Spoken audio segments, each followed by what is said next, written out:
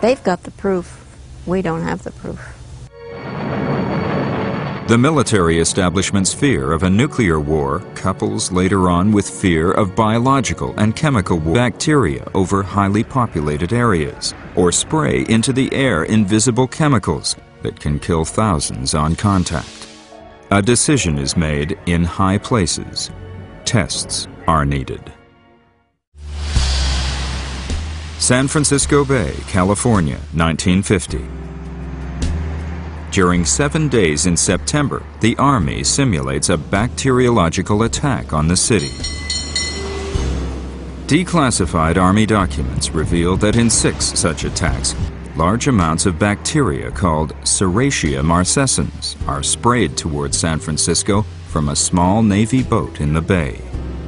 Carried by the wind, the airborne bacteria spread over a large area. The Army wants to know how far the bacteria can go. These declassified maps of the actual test show the extent of the area that is covered. The Army decided to do what was called a vulnerability test program. And the effort was over a period of 20 years, actually, between 1949 and 1969, when hundreds of tests were conducted over populated areas to see whether, by spraying germs and certain chemicals, whether they would endanger a large population. And the Army did spray a lot of bacteria around, although they weren't the highly dangerous kind that would be used as an actual weapon. The bacteria that they used did have some health risks. The invisible attack would probably have gone undetected, but something goes terribly wrong. A few days after, 11 people are admitted to the Stanford Medical Center in San Francisco. They are all suffering from a severe bacterial infection. One of the patients, Ed Nevin, dies. I was 9 years old in 1950 when he died. My mother was a nurse. She was actually helping to attend to him. And it was a terrible sickness. He was going from high fevers to chills. He had hallucinations, and so it was a very, very serious infection and fever that was causing all that in him.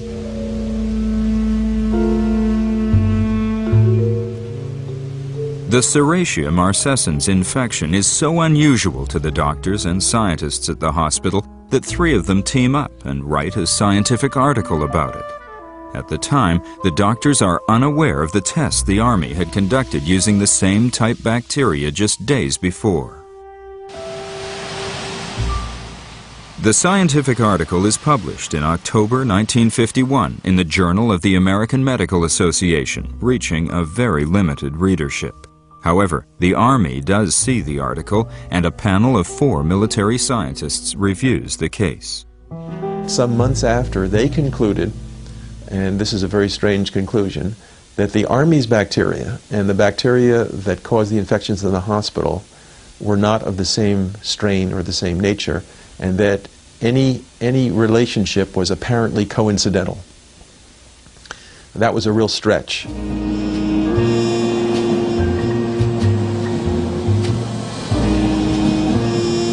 It takes 25 more years before the story finds its way out into the open. I carried the morning paper on December 22nd, 1976 to the BART station.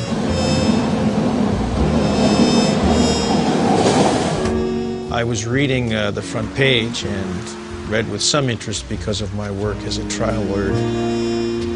The front page told a story of testing that was done in 1950 in San Francisco. I was surprised, but actually somewhat cynical as a trial lawyer. Nothing surprises me anymore was sort of my then 35-year-old attitude. I turned the page and was shocked to find my grandfather's picture.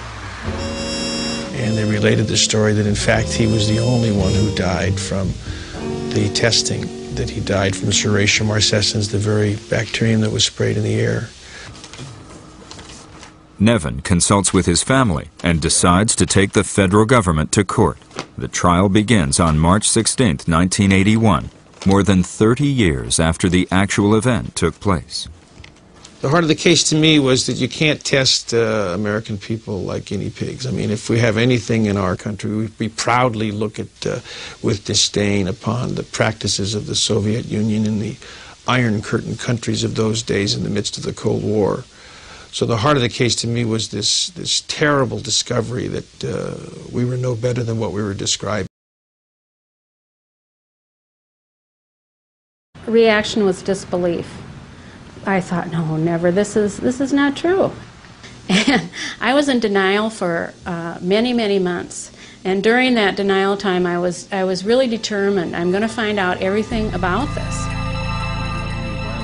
She is not alone. Public hearings soon follow.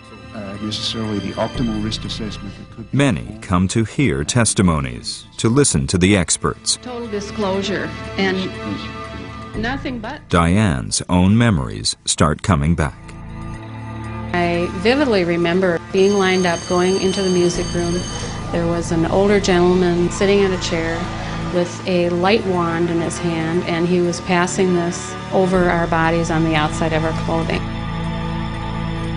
I started contacting my old school pals. I started keeping a list of illnesses.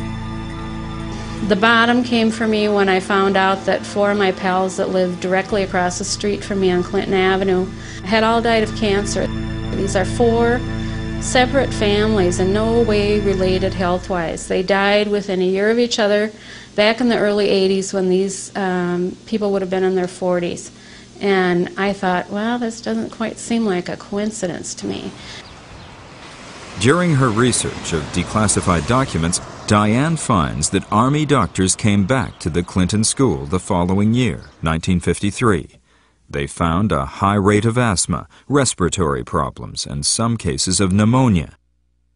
A report of the Minnesota Health Department also found that in the same year, the rate of infant mortality in Minneapolis is unusually high.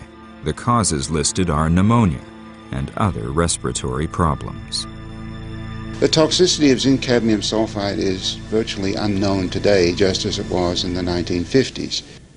If it remained in its native zinc cadmium sulfide state, it probably presents a low toxicity to people and to the environment. But we don't know to what extent the zinc cadmium sulfide might be acted upon by bacteria or other agents in the environment to break it down. And if it broke down, there is a possibility that the breakdown products are much more toxic than the zinc cadmium sulfide itself. As of today, there is no conclusive evidence that the zinc cadmium sulfide is responsible for the ailments reported by the Clinton School's graduates, and the Army still maintains that the chemical used for the simulated test is perfectly safe. They have not been forthcoming. They have not been helpful. The fluoroscoping they totally denied. And